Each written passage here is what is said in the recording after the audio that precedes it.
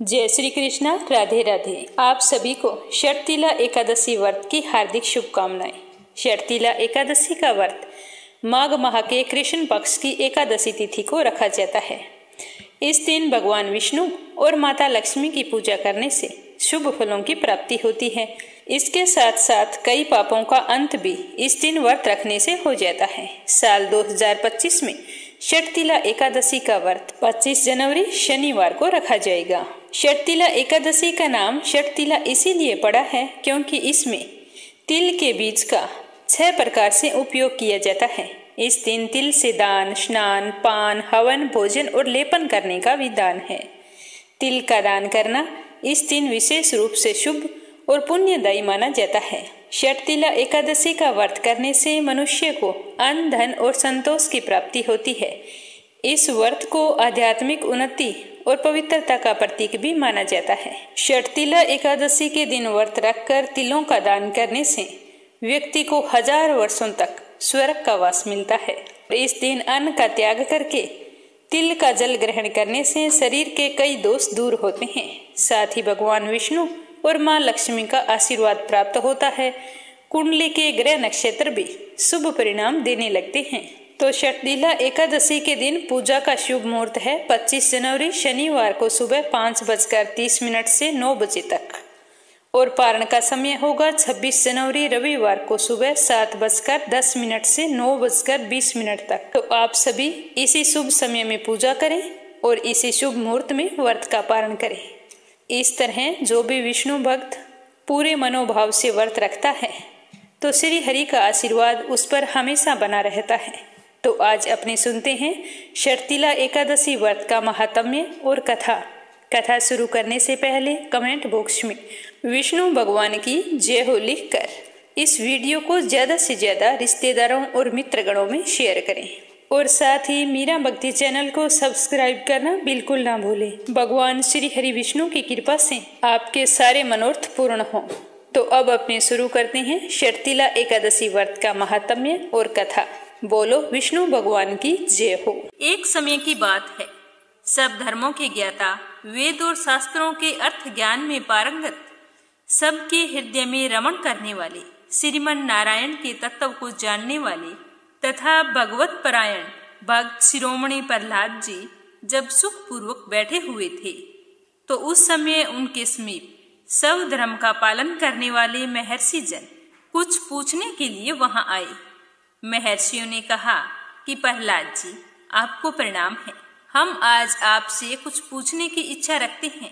तो उन्होंने कहा कि निसंकोच कहिए। तो महर्षियों ने कहा कि प्रहलाद जी, आप ऐसा कोई साधन बताइए जिसे ज्ञान, ध्यान और इंद्रिय निग्रह के बिना ही अनायास भगवान नारायण का परम पद प्राप्त हो जाए। तो ऋषियों के ऐसा पूछने पर संपूर्ण लोकों के हित के लिए उद्धत रहने वाले विष्णु भक्त महाभाग प्रहलाद जी ने इस प्रकार कहा कि महर्षियों, जो 18 पुराणों का सार से भी सारतर तत्व है, जिसे कार्तिकेय जी के पूछने पर भगवान शंकर ने उन्हें बताया था, मैं उसका वर्णन करता हूँ, ध्यान पूर्वक सुनना। कि जो कली काल में एकादशी का व्रत रात्रि जागरण पूर्वक करते हैं एवं वैष्णव शास्त्र का पाठ करता है, उसके कोटि कोटि जन्मों के किए हुए 4 प्रकार के पाप नष्ट हो जाते हैं। जो एकादशी के दिन वैष्णव शास्त्र का उपदेश करता है उसे मेरा भक्त जानना चाहिए, जिसे एकादशी व्रत को करने में कोई संशय नहीं होता तथा रात्रि जागरण में निद्रा नहीं आती। जो उत्साह पूर्वक नाचता और गाता है वही मेरा विशेष भक्त है। मैं उसे उत्तम ज्ञान देता हूँ और भगवान विष्णु मोक्ष प्रदान करते हैं। अतः मेरे भक्त को विशेष रूप से एकादशी व्रत एवं व्रत के दिन रात्रि में जागरण करना चाहिए। जो कोई भगवान विष्णु से वैर रखते हैं उन्हें पाखंडी जानना चाहिए, और जो एकादशी की रात्रि को जागरण भजन करते हुए रात बिताते हैं उन्हें आधे निमेष मात्र में अग्निटोम तथा अति रात्र यज्ञ के समान फल प्राप्त होता है। जो रात्रि जागरण में बारंबार भगवान विष्णु के मुखारविंद का दर्शन करते हैं उनको भी वही फल प्राप्त होता है। जो मनुष्य द्वादशी तिथि को एक बार पारण एवं भगवान विष्णु के आगे जागरण करते हैं वे यमराज के पास से मुक्त हो जाते हैं। जो द्वादशी को भगवान का स्मरण करते हुए रात्रि जागरण करे और गीता शास्त्र से मनोविनोद करते हैं, वे भी यमराज के बंधन से मुक्त हो जाते हैं। जो प्राण त्याग हो जाने पर भी द्वादशी का जागरण नहीं छोड़ते, वे धन्य और पुण्य आत्मा होते हैं। जिनके वंश के लोग एकादशी की रात में जागरण करते हैं, वे ही धन्य हैं। जिन्होंने एकादशी को जागरण किया है, उन्होंने यज्ञ, दान, गया, श्राद्ध और नित्य प्रयाग स्नान कर लिया है। ऐसे भक्तों को सन्यासियों के सन्यास का पुण्य फल भी मिल जाता है और उनके द्वारा इष्टापूर्त कर्मों का भी भली भांति पालन हो जाता है। षडानन भगवान विष्णु के भक्त जागरण सहित एकादशी का व्रत करते हैं, इसीलिए वे मुझे सदा ही विशेष प्रिय होते हैं। जिसने वर्धनी एकादशी की रात में जागरण किया है, उसने पुनः प्राप्त होने वाले शरीर को स्वयं ही भस्म कर दिया है। जिसने त्रिस्पर्शा एकादशी को रात्रि में जागरण किया है, वह भगवान विष्णु के स्वरूप में लीन हो जाता है। जिसने हरि प्रबोधनी एकादशी की रात में जागरण किया है, उसके स्थूल सूक्ष्म सभी पाप नष्ट हो जाते हैं। जो द्वादशी की रात में जागरण तथा ताल स्वर के साथ संगीत का आयोजन करता है, उसे महान पुण्य की प्राप्ति होती है। जो एकादशी के दिन ऋषियों द्वारा बनाए हुए दिव्य स्त्रोतों से, ऋग्वेद, यजुर्वेद, सामवेद के वैष्णव मंत्रों से, संस्कृत और प्राकृत के अन्य स्त्रोतों से एवं गीत वाद्य आदि के द्वारा भगवान श्री हरि विष्णु को संतुष्ट करता है, उसे भगवान विष्णु भी परम आनंद प्रदान करते हैं। जो एकादशी की रात में भगवान विष्णु के आगे वैष्णव भक्तों के समीप गीता और विष्णु सहस्त्र नाम का पाठ करता है, वह उस परम धाम में जाता है जहाँ साक्षात भगवान नारायण विराजमान है। पुण्य में भागवत तथा स्कंद पुराण भगवान विष्णु को अत्यंत प्रिय है। मथुरा और वज्र में भगवान विष्णु के बाल चरित्र का वर्णन किया गया है। उसे जो एकादशी की रात में भगवान केशव का पूजन करके पढ़ता है, उसका पुण्य कितना है, यह मैं भी नहीं जानता, कदाचित भगवान विष्णु ही जानते हो। हे पुत्र, भगवान के समीप गीत, नृत्य तथा स्तोत्र पाठ आदि से जो फल प्राप्त होता है, वही कली काल में श्री हरि के समीप जागरण करते समय विष्णु सहस्त्र नाम, गीता तथा श्रीमद् भागवत का पाठ करने से सहस्त्र गुना होकर मिलता है। जो श्री हरि के समीप जागरण करते समय रात में दीपक जलाता है, उसका पुण्य 100 कल्पों में भी नष्ट नहीं होता। जो व्रत के साथ रात्रि जागरण में मंजरी सहित तुलसी दल से भक्ति पूर्वक श्री हरि की पूजा करता है, उसका पुनः इस संसार में जन्म नहीं होता। स्नान, चंदन, लेप, धूप, दीप, निवेद और तांबू, यह सब जागरण काल में भगवान विष्णु को समर्पित किया जाए तो ऐसा करने से अक्षय पुण्य फलों की प्राप्ति होती है। हे कार्तिकेय, जो भक्त मेरा ध्यान करना चाहता है, वह एकादशी की रात्रि में श्री हरि के समीप भक्ति पूर्वक जागरण करे। एकादशी के दिन जो लोग जागरण करते हैं, उनके शरीर में इंद्र आदि देवता आकर स्थित हो जाते हैं। जो जागरण काल में महाभारत का पाठ करते हैं, वे उस परम धाम में जाते हैं जहाँ सन्यासी महात्मा जाया करते हैं। जो उस समय श्री रामचंद्र जी का चरित्र 10 कंठ वध पढ़ते हैं, वे योग वेताओं की गति को प्राप्त करते हैं।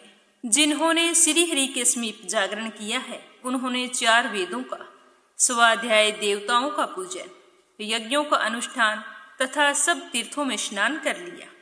श्री कृष्ण से बढ़कर कोई देवता नहीं और एकादशी व्रत के समान कोई दूसरा व्रत नहीं है। जहाँ भागवत शास्त्र है, भगवान विष्णु के लिए जहाँ जागरण किया जाता है और जहाँ शालिग्राम शिला स्थित होती है, वहाँ साक्षात भगवान विष्णु स्वयं उपस्थित होते हैं। तो अब मैं आपको एकादशी व्रत की विधि बतलाता हूँ। दशमी की रात्रि को पूर्ण ब्रह्मचर्य का पालन करें, भोग विलास से दूर रहें और एकादशी के दिन सुबह लकड़ी की दातुन करें। इस दिन पेस्ट का प्रयोग नहीं करना चाहिए। नींबू, जामुन या आम के पत्ते लेकर चबा लें और अंगुली से अपने गले को शुद्ध कर लें। वृक्ष से इस दिन पत्ता तोड़ना वर्जित होता है, अतः स्वयं गिरे हुए पत्तों का सेवन करना चाहिए। यदि यह संभव ना हो तो पानी से 12 कुरले करने चाहिए। उसके बाद में स्नान आदि से निवृत्त होकर मंदिर में जाकर गीता का पाठ करें या फिर पुरोहित जी से सुने। एकादशी के दिन गीता जी का पाठ अवश्य करना चाहिए और प्रभु के सामने इस प्रकार संकल्प करना चाहिए कि आज मैं चोर, पाखंडी और दुराचारी मनुष्यों से बात नहीं करूंगा और ना ही किसी का दिल दुखाऊंगा। गौ और ब्राह्मण को फल, आहार एवं अन्न आदि देकर प्रसन्न करूंगा। रात्रि को जागरण करके कीर्तन करूंगा। ओम नमो भगवते वासुदेवाय, आपके इस मंत्र का जाप करूंगा। राम, कृष्ण, नारायण इत्यादि विष्णु सहस्त्र नाम को कंठ का भूषण बनाऊंगा, अतः इन नामों का ही जाप करता रहूंगा। इस प्रकार के संकल्प करके श्री हरि विष्णु भगवान का स्मरण करके प्रार्थना करें कि हे त्रिलोकपति, मेरी लाज आपके हाथ में है, अतः मुझे इस प्रण को पूरा करने की शक्ति प्रदान करें। ज्यादा से ज्यादा मौन, जप, शास्त्र पठन, कीर्तन, रात्रि जागरण एकादशी व्रत में बहुत ही ज्यादा लाभ पहुंचाते हैं।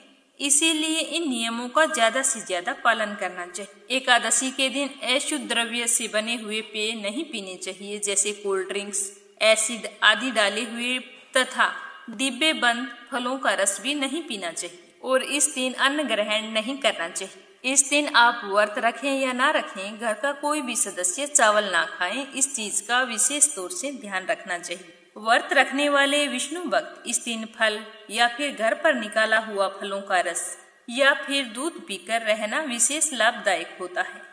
व्रत के ये 3 दिन होते हैं, दशमी, एकादशी और द्वादशी। इन 3 दिनों में कांसे के बर्तन में मांस, मदिरा, प्याज, लहसुन, मसूर, उड़द, चने, साग, शहद, तेल और अधिक जल का प्रयोग नहीं करना चाहिए। व्रत के पहले दिन यानी कि द्वादशी को और दूसरे दिन यानी कि द्वादशी को हविष्यान यानी कि जौ, गेहूं, मूंग, सेंधा नमक, काली मिर्च, शक्कर और गौ का घी, इन चीजों से बना हुआ भोजन एक ही बार ग्रहण करना चाहिए। दशमी के दिन सुबह और द्वादशी के दिन भी सुबह। फल आहारी को गोभी, गाजर, शलजम, पालक, गुलफा का साग इत्यादि सेवन नहीं करना चाहिए। आम, अंगूर, केला, बादाम, पिस्ता इत्यादि अमृत फलों का सेवन करना चाहिए। जुआ खेलना, ज्यादा निद्रा लेना, पान, पराई निंदा करना, चुगली करना, चोरी करना, हिंसा, मैथुन, क्रोध, झूठ, कपट आदि इन सब कुकर्मों से दूर रहना चाहिए और शांत रहना चाहिए। और बैल की पीठ पर बैठकर सवारी नहीं करनी चाहिए। अगर बैलगाड़ी है तो इन दिनों में बैलगाड़ी पर भी नहीं चढ़ना चाहिए। और भूलवश किसी निंदक से बात हो जाती है तो इस दोष को दूर करने के लिए भगवान सूर्य के दर्शन तथा धूप दीप से श्री हरि की पूजा करके क्षमा मांगनी चाहिए। एकादशी के दिन घर में झाड़ू नहीं लगानी चाहिए, इससे चींटी आदि सूक्ष्म जीवों की मृत्यु का भय रहता है। इस दिन बाल भी नहीं कटवाने चाहिए, मधुर भाषा बोलनी चाहिए और ज्यादा नहीं बोलना चाहिए, क्योंकि अधिक बोलने से ना बोलने वाले वचन भी निकल जाते हैं। इस दिन सत्य भाषा का प्रयोग करना चाहिए और कम से कम बोलना चाहिए। इस दिन यथाशक्ति अन्न दान करना चाहिए, किंतु स्वयं किसी का दिया हुआ अन्न कदापि ग्रहण ना करें।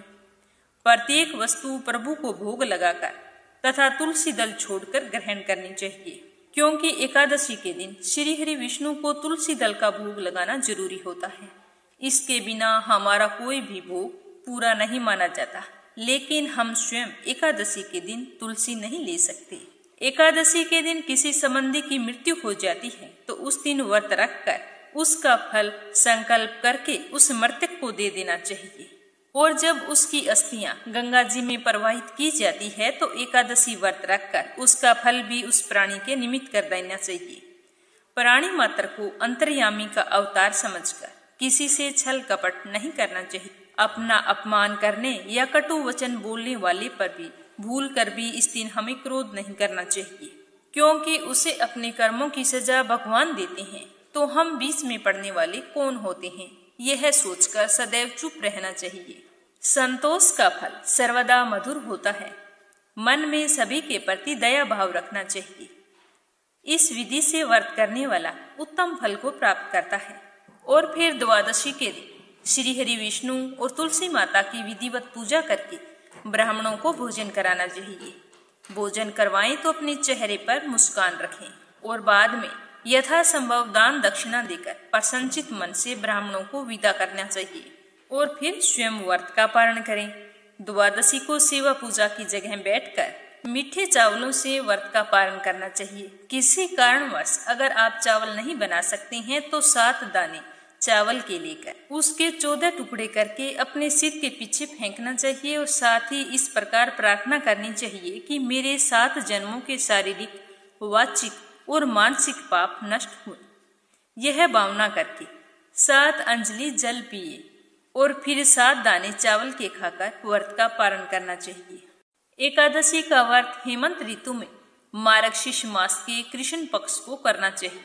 इसकी कथा इस प्रकार है कि युधिष्ठिर ने भगवान श्री कृष्ण से पूछा कि भगवान, पुण्यमयी एकादशी की तिथि उत्पन्न कैसे हुई, इस संसार में वह क्यों पवित्र मानी गई तथा देवताओं को प्रिय कैसे हुई। तो श्री भगवान जी बोले कि हे कुंती नंदन, प्राचीन समय की बात है। सतयुग में मुर नामक एक दानव रहता था। वह दानव बहुत ही अद्भुत, अत्यंत रुद्र तथा संपूर्ण देवताओं के लिए बहुत भयंकर था। उसका काल रूपधारी दुरात्मा महासुर ने इंद्र को भी पराजित कर दिया। संपूर्ण देवता उससे परास्त होकर स्वर्ग से निकाले जा चुके थे और संकित तथा भयभीत होकर पृथ्वी पर विचर रहे थे। एक दिन सब देवता महादेव जी के पास गए। वहां जाकर इंद्र ने भगवान शिव के आगे सारा हाल कह सुनाया। इंद्र बोले कि महेश्वर, ये देवता स्वर्ग लोक से निकाले जाने के बाद पृथ्वी पर विचर रहे हैं। मनुष्यों के बीच में इस तरह से विचरना शोभा नहीं देता। हे महादेव, आप ही कोई उपाय बतलाइए। ये देवता अब किसका सहारा ले। तो महादेव जी ने कहा कि देवराज, जहां सबको शरण देने वाले, सबकी रक्षा में तत्पर रहने वाले जगत के स्वामी भगवान गरुड़ ध्वज विराजमान हैं। तुम लोग वहां जाओ, वे ही तुम लोगों की रक्षा करेंगे। भगवान श्री कृष्ण कहते हैं कि युधिष्ठिर जी महादेव जी की बात सुनकर परम बुद्धिमान देवराज इंद्र संपूर्ण देवताओं के साथ क्षीर सागर में गए, जहां भगवान गदाधर सो रहे थे। तो इंद्र ने वहां जाकर हाथ जोड़कर उनकी स्तुति की और बोले कि हे देव देवेश्वर, आपको नमस्कार है। देव, आप ही पति, आप ही मति, आप ही हर्ता और आप ही कारण हैं। आप ही सब लोगों की माता और आप ही जगत के पिता हैं। देवता और दानव दोनों ही आपकी वंदना करते हैं। पुंडरीकाक्ष, आप दैत्यों के शत्रु हैं। मधुसूदन, आप हम लोगों की रक्षा कीजिए। हे प्रभु जगन्नाथ, अत्यंत उग्र स्वभाव वाले महाबली मुर नामक दैत्य ने इन संपूर्ण देवताओं को हराकर स्वर्ग से बाहर निकाल दिया है। भगवान, हे देवेश्वर, शरणागत वत्सला, सारे देवता भयभीत होकर आपकी शरण में आए हैं। दानवों का विनाश करने वाले कमल नयन, भक्त वत्सल देवेश्वर जनार्दन, हमारी रक्षा कीजिए, रक्षा कीजिए। हे भगवान, शरण में आए हुए देवताओं की सहायता कीजिए। तो इंद्र की बात सुनकर श्री हरि विष्णु भगवान बोले कि देवराज, यह दानव कैसा है, उसका रूप और बल कैसा है तथा उस दुष्ट के रहने का स्थान कहाँ है। तो इंद्र बोले कि हे देवेश्वर, पूर्व काल में ब्रह्मा जी के वंश में तालजंग नामक एक महान असुर उत्पन्न हुआ था, जो अत्यंत भयंकर है। उसका पुत्र मुरदैत्य के नाम से विख्यात है। वह भी अत्यंत उत्कट, महापराक्रमी और देवताओं के लिए बहुत भयंकर है। चंद्रावती नाम से प्रसिद्ध एक नगरी है, उसी में वह स्थान बनाकर निवास करता है। उस दैत्य ने सारे देवताओं को परास्त करके स्वर्ग लोक से बाहर बिठा दिया है और उसने एक दूसरे ही इंद्र को स्वर्ग के सिंहासन पर बैठाया है। अग्नि, चंद्रमा, सूर्य, वायु तथा वरुण भी उसने दूसरे ही बनाए हैं। हे जनार्दन, मैं सच्ची बात बता रहा हूँ। उसने सब जगह पर दूसरों को नियुक्त कर लिया है। देवताओं को तो उसने प्रत्येक को अपने अपने स्थान से वंचित कर दिया है। तो इंद्र की यह बात सुनकर भगवान श्री हरि विष्णु को बड़ा ही गुस्सा आया। उन्होंने देवताओं को साथ लेकर चंद्रावती नगरी में प्रवेश किया भगवान गदाधर ने देखा कि दैत्यराज बारंबार गर्जना कर रही हैं और उससे परास्त होकर संपूर्ण देवता 10 दिशाओं में भाग रही हैं। अब वह दानव भगवान विष्णु को देखकर बोला कि खड़ा रहे, खड़ा रहे। उसके यह ललकार सुनकर भगवान विष्णु के नेत्र क्रोध से लाल हो गए। वे बोले कि अरे दुष्ट दुराचारी दानव, मेरी इन भुजाओं को देख। यह कहकर भगवान श्री हरि विष्णु ने अपने दिव्य बाणों से सामने आए दुष्ट दानवों को मारना शुरू कर दिया। तो दानव भय से भयभीत हो उठे। हे पांडुनंदन, तत्पश्चात श्री हरि विष्णु ने दैत्य सेना पर चक्र का प्रहार किया, तो उस प्रहार से छिन्न भिन्न होकर सैकड़ों योद्धा मौत के मुख में चले गए। इसके बाद भगवान मधुसूदन बद्रिका धाम को चले गए। वहां सिंहावती नाम की एक गुफा थी जो 12 योजन लंबी थी। हे पांडुनंदन, उस गुफा में एक ही दरवाजा था। भगवान विष्णु उसी में सो गए। वह मूर्ख दैत्य भगवान को मार डालने के उद्देश्य से उनके पीछे पीछे तो लगा ही था, तो उसने भी गुफा में प्रवेश कर लिया। वहां भगवान को सोते हुए देखकर उसे बड़ा ही हर्ष हुआ। उसने सोचा कि यह दानवों को भय देने वाला देवता है, इसीलिए कोई संदेह नहीं, आज मैं इसे मार डालूंगा। दानव के इस प्रकार विचार करते ही भगवान विष्णु के शरीर से एक कन्या प्रकट हुई, जो बड़ी ही रूपवती, सौभाग्यशालिनी तथा दिव्य अस्त्र शस्त्रों से सुशोभित थी। वह भगवान श्री हरि विष्णु के तेज के अंश से उत्पन्न हुई थी। उसका बल और पराक्रम महान था। तो दैत्य मूर ने उस कन्या को देखा। कन्या ने युद्ध का विचार करके दानव के साथ युद्ध के लिए याचना की। युद्ध छिड़ गया। कन्या सब प्रकार की युद्ध कला में निपुण थी, लेकिन वह महान असुर उस कन्या के हुंकार मात्र से ही जलकर राख हो गया। दानव के मारे जाने पर भगवान जाग उठे। उन्होंने दानव को धरती पर इस प्रकार निष्प्राण पड़ा देखकर कन्या से पूछा कि मेरा यह शत्रु अत्यंत उग्र और भयंकर था, इसका वध किसने कर दिया? तो वह कन्या बोली कि हे स्वामी, आपके ही प्रसाद से मैंने इस महादैत्य का वध किया है। तो श्री भगवान जी ने कहा कि कल्याणी, तुम्हारे इस कर्म से तीनों लोकों के मुनि और देवता आनंदित हुए हैं। अतः तुम्हारे मन में जैसी भी इच्छा हो उसके अनुसार मुझसे कोई वर मांग लो। देव दुर्लभ होने पर भी वह वरदान मैं पूरा करूंगा, इसमें कोई संदेह नहीं है, निसंकोच कहो। उस दिन एकादशी तिथि थी। उसने कहा कि हे प्रभु, यदि आप मुझ पर इतना प्रसन्न हैं तो मैं आपकी कृपा से सब तीर्थों में प्रधान, समस्त विघ्नों का नाश करने वाली तथा सब प्रकार की सिद्धि देने वाली देवी हूँ।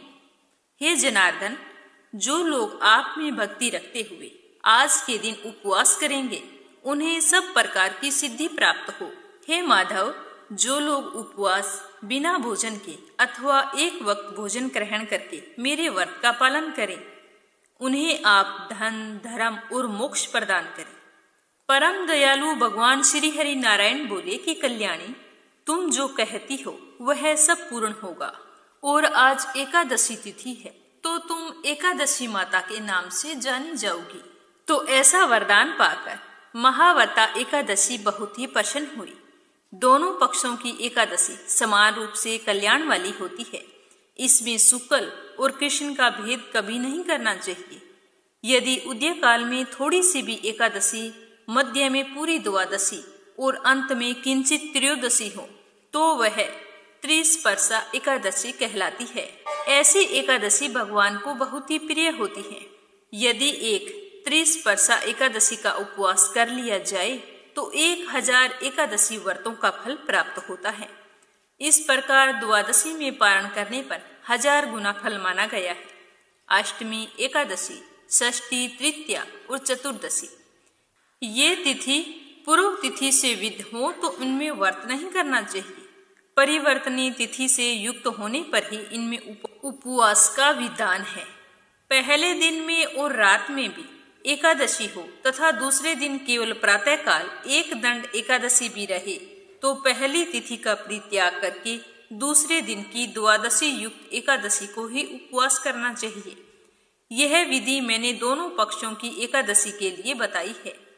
जो मनुष्य एकादशी को उपवास करता है वह वैकुंठ धाम को जाता है, जहाँ साक्षात भगवान गरुड़ ध्वज विराजमान रहते हैं। जो भक्त हर समय एकादशी के महात्म्य का पाठ करता है उसे 1000 गौ दान पुण्य फलों की प्राप्ति होती है। जो कोई भक्त दिन या रात में भक्ति पूर्वक इस महात्म्य को सुनते हैं या पढ़ते हैं वे निसंदेह ब्रह्म हत्या आदि पापों से मुक्त हो जाते हैं। एकादशी के समान पाप नाशक व्रत कोई दूसरा नहीं है। तो अब मैं आपको बता रही हूँ षटतिला एकादशी व्रत पूजा विधि और साथ में ही अपनी कथा सुनेंगे, तो इसे श्रद्धा पूर्वक सुनना और ज्यादा से ज्यादा शेयर करना। इससे पहले मैं आप सभी का धन्यवाद करना चाहती हूँ कि आपने तिल चौथ की कथा को इतने श्रद्धा भाव से सुना और ज्यादा से ज्यादा शेयर भी किया। तो उसी तरह आप इस महात्म्य को भी बड़े श्रद्धा भाव से सुनना और विष्णु भक्तों में ज्यादा से ज्यादा शेयर करना। अगर आप इस चैनल पर नए हैं तो इस चैनल को सब्सक्राइब जरूर करना और प्रस्तुत होने वाली रोजाना की वीडियो को श्रद्धा भाव से सुनना। तो आइए शुरू करते हैं महात्म्य। बोलो श्री हरि विष्णु के अनंत स्वरूपों की जय हो। एक समय दालभ्य ऋषि ने पुलस्त्य ऋषि से पूछा कि हे महाराज, पृथ्वी लोक में मनुष्य ब्रह्म हत्या आदि महान पाप करते हैं, पराय धन की चोरी करते हैं तथा दूसरे की उन्नति देखकर ईर्ष्या करते हैं, साथ ही अनेक प्रकार के व्यसनों में फंसे रहते हैं, फिर भी उनको नरक प्राप्त नहीं होता। इसका क्या कारण हो सकता है, मुझे बताइए। वे ना जाने कौन सा दान पुण्य करते हैं जिससे उनके सारे पाप नष्ट हो जाते हैं। यह सब कुछ आज आप मुझे विस्तार से बताइए, आपकी अति कृपा होगी। तो पुलस्त्य मुनि कहने लगे कि हे महाभाग, आपने अत्यंत गंभीर प्रश्न पूछा है, इससे संसार के जीवों का अत्यंत भला होगा। इस भेद के बारे में ब्रह्मा, विष्णु, रुद्र तथा इंद्र भी नहीं जानते, परंतु तुम जानने के लिए इतने उत्सुक हो तो प्रेमवश होकर यह गुप्त रहस्य मैं तुम्हें अवश्य बताऊंगा, ध्यान पूर्वक सुनना। तो फिर पुलस्त्य मुनि बताने लगे कि माघ मास लगते ही मनुष्य को स्नान आदि करके शुद्ध रहना चाहिए। माघ मास महात्म्य की कथाओं को ज्यादा से ज्यादा सुनना चाहिए। इंद्रियों को वश में कर काम, क्रोध, लोभ, मोह, अहंकार, ईर्ष्या तथा द्वेष आदि का त्याग करके भगवान का स्मरण करना चाहिए। पुष्य नक्षत्र में गोबर, कपास, तिल मिलाकर उनके कंडे बनाने चाहिए और उन कंडों से 108 बार आहुति देकर हवन करना चाहिए। अगर उस दिन मूल नक्षत्र हो और एकादशी तिथि हो तो अच्छे पुण्य देने वाले नियमों को ग्रहण करना चाहिए। स्नान आदि नित्य क्रिया से निवृत्त होकर भगवान श्री हरि विष्णु का पूजन करना चाहिए और एकादशी के व्रत का संकल्प लेना चाहिए। इस दिन रात्रि को जागरण करना चाहिए। व्रत रखें तो व्रत कथा अवश्य सुननी चाहिए और दूसरे दिन धूप, दीप, नैवेद्य आदि से भगवान का पूजन करके खिचड़ी का भोग लगाना चाहिए। उसके पश्चात पेठा, नारियल, सीताफल या फिर सुपारी का अर्घ्य देकर स्तुति करनी चाहिए। स्तुति इस प्रकार करें कि हे भगवान, आप दीनों को शरण देने वाले हैं, इस संसार सागर में फंसे हुओं का उद्धार करने वाले हैं। हे पुंडरीकाक्ष, हे विश्वभवन, हे सुब्रहाणी, हे पूर्वज, हे जगतपते, आप लक्ष्मी जी सहित इस तुच्छ अर्घ्य को ग्रहण करें। इसके पश्चात में जल से भरा हुआ घड़ा ब्राह्मण को दान करना चाहिए तथा काली गौ का दान और तिल का पात्र देना भी बहुत ही उत्तम माना जाता है। तिल स्नान और भोजन दोनों ही श्रेष्ठ हैं। इस प्रकार जो मनुष्य जितने तिलों का दान करता है वह उतने ही 1000 वर्ष तक स्वर्ग में वास करता है। पहला है तिल स्नान, दूसरा तिल का उबटन, तीसरा है तिल का हवन, चौथा तिल का तर्पण और पांचवा तिल का भोजन और छठा है तिल का दान। ये तिल के 6 प्रकार हैं। इनके प्रयोग के कारण यह षटतिला एकादशी कहलाती है। इस व्रत के करने से अनेक प्रकार के पाप नष्ट हो जाते हैं।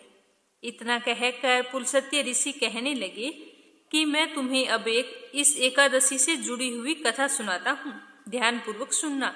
एक समय नारद जी ने भगवान श्री हरि विष्णु से यही प्रश्न किया था और भगवान ने जो षटतिला एकादशी का महात्म्य नारद जी से कहा था वो मैं तुमसे कहता हूँ, ध्यान पूर्वक सुनना। भगवान श्री हरि विष्णु ने नारद जी के पूछने पर नारद से कहा था कि हे नारद, मैं तुमसे एक सत्य घटना कहता हूँ, ध्यान लगाकर सुनना। प्राचीन काल में मृत्यु लोक में एक ब्राह्मणी रहती थी। वह सदैव व्रत किया करती थी और भगवान विष्णु की परम भक्त थी। एक समय वह 1 मास तक व्रत करती रही। इससे उसका शरीर अत्यंत दुर्बल हो गया। वह अत्यंत बुद्धिमान थी, तथापि उसने कभी भी देवताओं या ब्राह्मणों के निमित्त अन्न या धन का दान नहीं किया था। तो भगवान श्री हरि विष्णु सोचते कि इस ब्राह्मणी ने व्रत आदि से अपने शरीर को तो शुद्ध कर लिया, जिससे इसे विष्णु लोक तो प्राप्त हो जाएगा, परंतु इसने कभी भी अन्न का दान नहीं किया है, तो इसकी तृप्ति होना कठिन है। तो भगवान श्री हरि विष्णु सोचने लगे कि यह बुढ़िया मेरी परम भक्त है, इसके लिए कुछ ना कुछ तो करना पड़ेगा। यह सोचकर विष्णु भगवान एक भिखारी के वेश में मृत्यु लोक में गए और उस ब्राह्मणी के द्वार पर जाकर भिक्षा के लिए आवाज लगाई। तो वह ब्राह्मणी बोली कि महाराज, किस लिए आए हो? तो विष्णु भगवान ने कहा कि मुझे भिक्षा चाहिए। तो इस पर ब्राह्मणी ने उसे एक मिट्टी का ढेला भिखारी के रूप में आई विष्णु भगवान के भिक्षा पात्र में डाल दिया। तो विष्णु भगवान उसे लेकर स्वर्ग लौट गए। कुछ समय बाद में ब्राह्मणी का अंत समय आया तो वह शरीर त्याग कर स्वर्ग में गई। तो उस ब्राह्मणी को मिट्टी का दान करने से स्वर्ग में सुंदर महल मिला, परंतु उसने अपने घर को अन्न आदि सब सामग्रियों से शून्य पाया। तो वह घबरा गई और विष्णु भगवान के पास आकर कहने लगी कि हे प्रभु, मैंने अनेक प्रकार के व्रतों से आपकी पूजा की है, परंतु फिर भी मेरा घर अन्न आदि सब वस्तुओं से शून्य है। इसका क्या कारण है? तो बुढ़िया की बात सुनकर विष्णु जी ने कहा कि तुम अपने महल में जाओ, वहां पर देव स्त्रियां आएंगी तुम्हें देखने के लिए। पहले तुम उनसे षटतिला एकादशी का पुण्य और विधि सुन लेना, उसके बाद में द्वार खोलना। तो वह बुढ़िया विष्णु भगवान के ऐसे वचन सुनकर अपने महल में आ गई और द्वार बंद कर लिया। थोड़ी देर बाद में देव स्त्रियां आई और द्वार खोलने के लिए कहा। तो ब्राह्मणी अंदर से ही बोली कि आप मुझे देखने तो आई हैं, लेकिन षटतिला एकादशी का महात्म्य मुझसे कहो, तभी मैं द्वार खोलूंगी। तो उनमें से एक देव स्त्री कहने लगी कि मैं तुमसे कहती हूँ, ध्यानपूर्वक सुनना। तो जब ब्राह्मणी ने षटतिला एकादशी का महात्म्य सुना तो सुनते ही उसने द्वार खोल दिया। देवांगनाओं ने उसको देखा कि ना तो वह गांधर्वी है और ना ही आसुरी है, पहले जैसी मानुषी है। तो इस तरह देखकर और उसे महात्म्य सुनाकर वो तो चली गई। उस ब्राह्मणी ने उनके बताए अनुसार षटतिला एकादशी का व्रत किया। तो उस व्रत के प्रभाव से वह भी बहुत ही सुंदर और रूपवती हो गई। उसका महल अन्न आदि सब सामग्रियों से युक्त हो गया। इस तरह जो भी व्यक्ति षटतिला एकादशी का व्रत करके इस महात्म्य को सुने और तिल का दान करे तो उसके सारे पाप नष्ट हो जाते हैं। वह अपने जीवन के समस्त सुखों का भोग करता हुआ अंत में स्वर्ग लोक को जाता है। तो ये था षटतिला एकादशी का महात्म्य। जो भी श्रद्धा भाव से इसे सुने उसकी विष्णु भगवान सारी मनोकामनाएं पूर्ण करे। तो आज एकादशी का महात्म्य और षटतिला एकादशी की कथा सुनकर आपको कैसा लगा, कमेंट बॉक्स में जरूर बताना। और कथा समाप्त होते ही विष्णु जी का जयकारा अवश्य लगाना, जैसा कि आप रोजाना हर कथा के शुरू में और अंत में लगाते हैं। भगवान के प्रति आपकी श्रद्धा भक्ति बहुत ही सराहनीय है। हमारी दुआ है कि भगवान श्री हरि विष्णु आपकी सारी मनोकामनाएं पूर्ण करें। आप हमेशा खुश रहें, तंदुरुस्त रहें और इस चैनल पर प्रस्तुत होने वाली हर वीडियो को इतने ही श्रद्धा भाव से सुनें। जय श्री कृष्णा, राधे राधे।